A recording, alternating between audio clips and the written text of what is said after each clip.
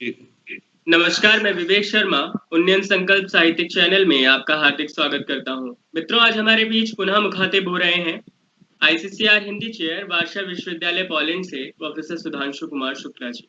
आपको बता दें, प्रोफेसर सुधांशु कुमार शुक्ला जी तकरीबन 15 प्रवासी साहित्यकारों पर कार्य करने वाले चुनिंदा भारतीय साहित्यकारों में से एक हैं। आप आज बेल्जियम के कवि कपिल श्री जी की कविताओं का पाठ करके हमें सुनाएंगे और उससे हमें रूबरू कराएंगे। तो आइए सीधा मुखातिब होते हैं प्रोफेसर सुधांशु कुमार शुक्ला जी से। नमस्कार सर। विवेक जी, बहुत बहुत आभार आपका। आप बहुत अच्छा कार्यक्रम कर रहे हैं और मुझे लगता है ये चौथी वीडियो आप इस पर बना रहे हैं। मुझे बहुत गर्व होता है कि विदेश में जब भारतीय जाते हैं और अपना भारतीयता का परचम लहराते हैं, और अभी कुरुक्षेत्र यूनिवर्सिटी के अंतर्गत गुरु नानक जी के जीवन दर्शन पर एक वेबिनार हुआ था।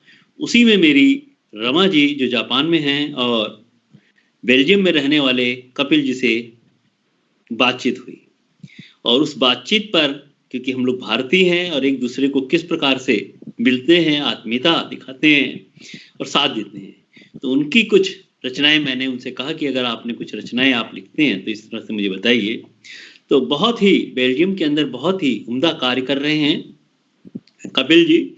और आज के समय में कि जो लंबी कविता और वो छोड़कर छोटे छोटे, क्योंकि ये गजल लिखते हैं खास तौर पर, तो गजल के ढंग से उस शैली में छोटे छोटे शेरों को लेकर उन्होंने कुछ लिखा है जो मुझे बहुत अच्छा लिखा है।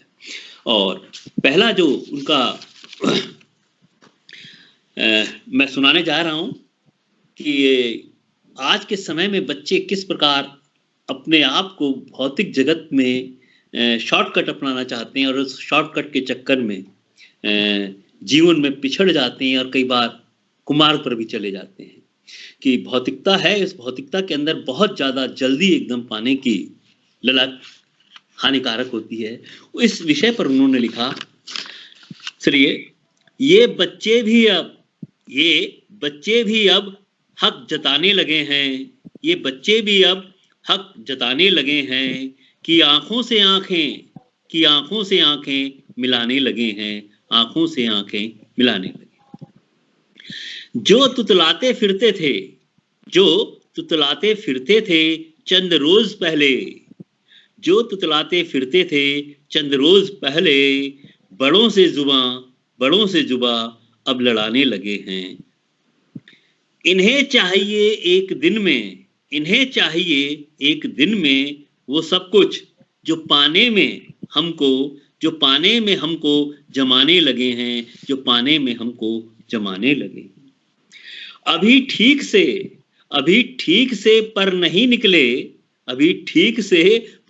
निकले, लेकिन परिंदे उड़ाने दिखाने लगे हैं।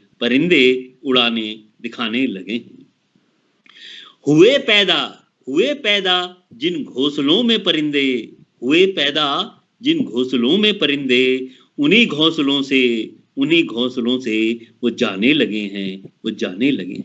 किस प्रकार आज वृद्ध विमर्श, बच्चों का अलगाव, अपनी जिंदगी, अपना सुख, अपने माता पिता के प्रति उपेक्षा का जो भाव आ रहा है, उसके ऊपर इनकी एक कविता थी। अगली कविता मैं सुना रहा हूं कि राज कपूर जी की एक फिल्म आई थी मेरा नाम जोकर, जिसमें कहते हैं जीवन केवल के 3 शो होते हैं। उसी शो के ऊपर उन्होंने लिखा, बचपन था नादानी थी, पग पग पर हैरानी थी। बचपना इसी का नाम है। नादान बनकर हैरानी से अगर कोई कुछ कह दे तो उसका मुख देखना और मस्ती में रहना। दीवानों से फिरते थे कैसी मस्त जवानी थी, जवानी इसी मस्ती का नाम है। आगे कहते हैं वो, चुस्ती में सुस्ती आई, उम्र तो ढलती जानी थी। वृद्धावस्था आए ठहरे लौट गए, इतनी सिर्फ कहानी थी, इतनी सिर्फ कहानी थी, जिंदगी 4 दिन की होती। इसके बाद इन्होंने एक और कविता है जिस पर जो लोग बिना सोचे समझे और समाज के अंदर ईश्वर के नाम पर, पैगंबर के नाम पर, अल्लाह के नाम पर किस प्रकार से गोरख धंधा जिसे मैं कहता हूँ वो करते हैं और मानवता का हनन करते हैं, ऐसे लोगों के ऊपर उन्होंने लिखा, उफ उफ भगवान बताकर पत्थर बेच दिया, उफ भगवान बताकर पत्थर बेच दिया, मंदिर मस्जिद में रब का घर बेच दिया। दीन धर्म के झगड़ों के हाथों तुमने हर अवतार और पैगंबर बेच दिया, हर अवतार और पैगंबर बेच दिया। मुल्ला ने ताबीज में रखकर बेचा सब, पंडित ने मंत्र में ईश्वर बेच दिया, पंडित ने मंत्र में ईश्वर बेच दिया। इसी प्रकार इनकी एक कविता आज को जो कोरोना के संदर्भ में है उन्होंने लिखा है कि आज कैसी फिजा फैली हुई है उसके ऊपर है।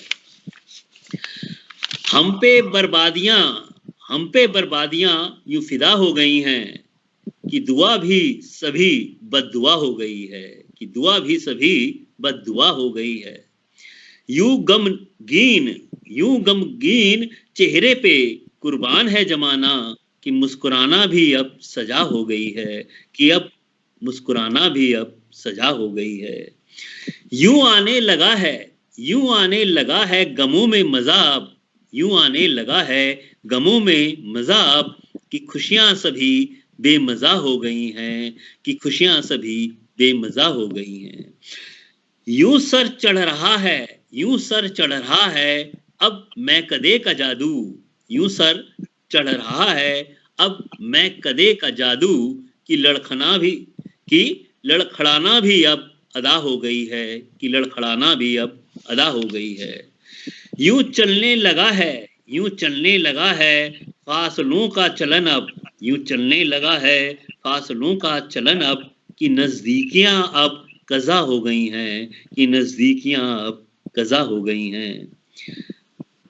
यूं घुलने लगा है जहर अब हवा में, यूं घुलने लगा है जहर अब हवा में, कि जहरीली सी अब फिजा हो गई है, फिजा हो गई है, फिजा हो गई। धन्यवाद। तो मैं हार्दिक धन्यवाद जी, बहुत बहुत धन्यवाद।